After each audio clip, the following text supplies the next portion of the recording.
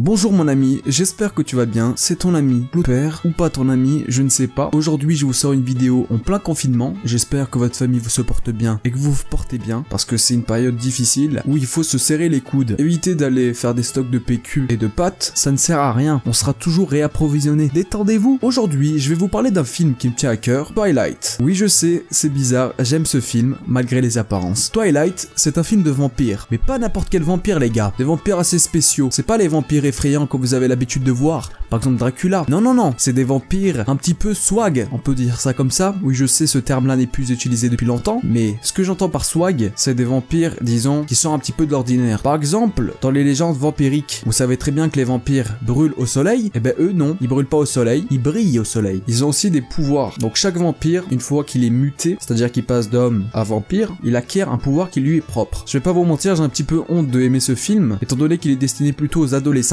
Écoutez, j'avais 8 ans quand il est sorti le premier, et aujourd'hui j'ai 19 ans et j'aime toujours. Désolé les gars, hein, après tout chacun ses goûts, hein, comme on dit. Donc il y a beaucoup de romances dedans. Donc nous suivons Bella, qui est contrainte de déménager chez son père, étant donné que sa mère et son beau-père sont souvent en déplacement. Pour éviter cet inconvénient, Bella est envoyée simplement chez son père, qui habite dans une ville aux États-Unis qui s'appelle Forks. Donc déjà cette ville est très pluvieuse, donc tu vois déjà la couille arriver quoi. T'as les cheveux plus longs? C'est coupé depuis la dernière fois. Ouais. Alors ils ont repoussé. Visiblement l'ambiance n'est pas terrible, en même temps Bella n'a pas vu son père depuis je crois 5 ans, et vu que son père est une personne plutôt solitaire, il n'a pas l'habitude de parler avec sa fille, d'où le malaise. Personnellement pour pallier à ce malaise, t'aurais simplement mis la radio, ça serait passé crème, hein. Simple et efficace. Ou tout simplement trouver un meilleur sujet de conversation. Le seul sujet de conversation que tu trouves c'est ses cheveux. On s'en fout de ses cheveux mec. Bella, tu te souviens de Billy Black? Oui. Ça a l'air d'aller. Je vais encore danser.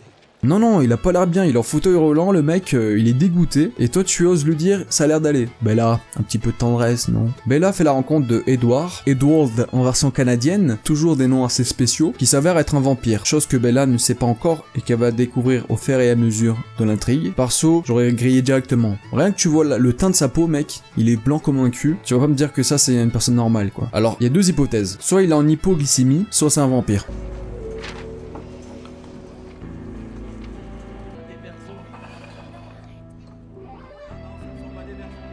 Quel charmant accueil, visiblement Bella ne se lave pas, ou peut-être simplement qu'Edward est hypochondriaque et qu'il a pas envie de choper le Covid. Voilà. En 2008, le Covid n'existait pas, mais quand même. Et arrêtez de faire genre, on s'est déjà senti les cheveux ou les aisselles pour voir si on sent bon, quoi, si tout allait bien. Edward a la faculté de lire dans les pensées des gens, et bizarrement, il ne peut pas lire dans les pensées de Bella. Ce qui le pousse à avoir des réactions assez bizarres, étant donné qu'il a pas l'habitude de ne pas lire dans les pensées, donc il ne sait pas trop comment se comporter en société, visiblement.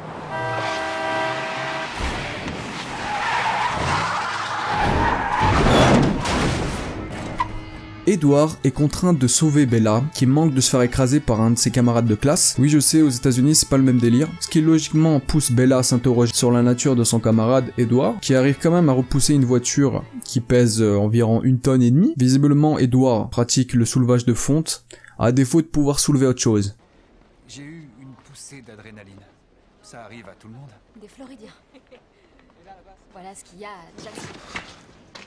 Tu pourrais au moins regarder où tu marches. Pas mal l'excuse, je te mets un 8 sur 10. Par contre niveau galanterie c'est pas trop ça mec. Le mec se comporte de plus en plus étrangement. T'imagines, tu tombes, en plus de tomber tu te fais engueuler. Comme dit précédemment, la réponse est toute simple. Le comportement d'Edward est dû au fait qu'il n'arrive pas à lire dans les pensées de Bella. Dès qu'il y a un peu de soleil, les quelaines disparaissent. Quoi? Il sèche les cours? Pas tout à fait. Le docteur et Madame Cullen les emmènent en randonnée. Ils vont faire du camping.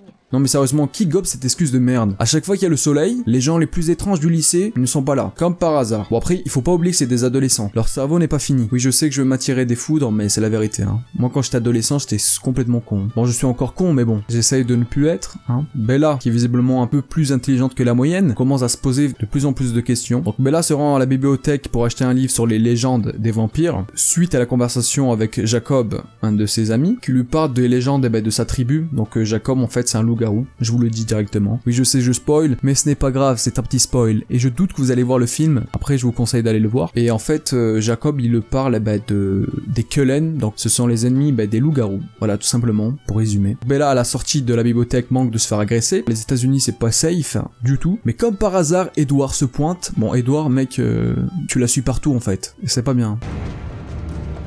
Monte. C'était super dangereux comme manœuvre. En tout cas impressionnant, Edward arrive à faire fuir les agresseurs simplement en grognant. Et c'est un... En fait c'est un vampire ou un chien? J'arrive à lire en chaque personne présente dans ce restaurant. À part toi. Sexe. Argent. Sexe. Chat. Pas très précis tes pouvoirs de télépathie mec hein. Le mec en fait quand il lit dans les pensées des gens apparemment il a un seul mot qui ressort. Tu sais que les pensées des gens généralement ils englobent plusieurs choses hein. Famille et moi sommes différents de nos semblables. Nous ne chassons que les animaux. Nous avons appris à contrôler notre soin. Mais toi et ton auteur sont comme une drogue pour moi. Donc Bella finit enfin par découvrir la vraie nature d'Edward, qui réagit encore une fois bizarrement. Il faut pas le vouloir, hein. Il y a des problèmes avec la société. Et sérieusement, je pense que lui dire que t'as envie de la bouffer, c'est pas une très bonne idée hein, pour la rassurer. Edward et sa famille, contrairement aux autres vampires, se nourrissent du sang d'animaux. Selon si tu manges des humains ou des animaux, la couleur des yeux change. C'est pour ça que Edward a les yeux marrons. Si tu bouffes des humains, t'as les yeux de couleur rouge. Si tu manges des insectes, de quelle couleur sont tes yeux? Je souhaite me présenter dans les formes. Edward Cullen. Salut, Edward. Bella ne va pas rentrer tard, elle va seulement jouer au baseball avec ma famille. Au baseball? Oui je sais, contrairement aux apparences c'est pas une excuse hein. Ils vont vraiment jouer au baseball. Donc Bella en fait va se retrouver au milieu de plein de vampires à jouer au baseball. C'est comme si en fait une fourmi jouait avec toi au foot hein. C'est complètement impossible. T'as apporté le casse-croûte. Une humaine? C'est moi on dirait une mauvaise chorégraphie. Non mais quel intérêt de gesticuler comme ça? Quand je vous ai dit que ces vampires là n'ont pas la classe, que les humains et vampires ne sont pas autorisés à cohabiter ensemble car les humains pourraient dévoiler la vraie nature des vampires et donc mettre les vampires en danger. Donc c'est pour cela en fait le groupe qui arrive, qui ont fait des victimes dans la ville, ne sont pas d'accord pour que Bella reste ici. Écoute-moi, James est un traqueur, un chasseur obsessionnel. J'ai lu en lui. Ma réaction a éveillé son instinct. J'ai provoqué la partie de chasse la plus excitante de toute sa vie. S'ensuit une course-poursuite entre James, qui a le pouvoir en fait de traquer ses proies avec une précision ultime. Pas de chance pour Bella. Donc James finit par lancer un ultimatum à Bella. Il lui demande de venir seul, sans accompagnement, ou sinon il tuera sa mère. Mais Edward, encore une fois, vient à la rescousse de Bella. Mais malheureusement, James réussit à la mordre, ce qui pousse Edward à devoir aspirer le venin pour éviter que Bella se transforme. Chose que Edward a du mal à faire, étant donné que dès qu'il goûte au sang humain, il est pris de frénésie. Edward, arrête. Arrête. Edward, trouve la volonté. En tout cas, il a l'air de bien kiffer le bougre, hein. Bon, il faudrait pas oublier de lui laisser un petit peu de sang, parce que faut pas oublier qu'il faut qu'elle vive, hein. Donc Edward, finalement, arrive à se maîtriser avec grande difficulté. Tout est bien qui finit bien. Bella s'en sort indemne, et part au bal avec Edward. Un vrai conte d'amour. Mon père m'a payé pour que je te parle. $20. Je t'écoute.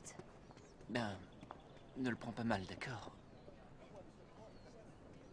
Il veut que tu rompes avec ton petit ami. Son père croit vraiment au Père Noël. Comme si Bella allait répondre « Oh oui d'accord, si tu me donnes la moitié des sous qu'il t'a donné, je le quitte. » Malheureusement ça ne se passe pas comme ça. Comme je vous ai dit, le clan de loup-garou de Jacob et le clan de vampires d'Edward sont ennemis. C'est pour cela que le père de Jacob demande à Jacob de lui dire de quitter son ami. Donc voilà, j'espère que vous avez kiffé la vidéo les gars. En tout cas moi je prends toujours autant de plaisir à faire des vidéos, même si j'en fais pas souvent. Si vous avez kiffé, n'oubliez pas le like, commentaire et abonnez-vous les gars, si vous n'êtes pas abonnés. En tout cas je vous souhaite un bon confinement et je vous dis à la prochaine pour une nouvelle vidéo. C'était Blue de Père. Peace.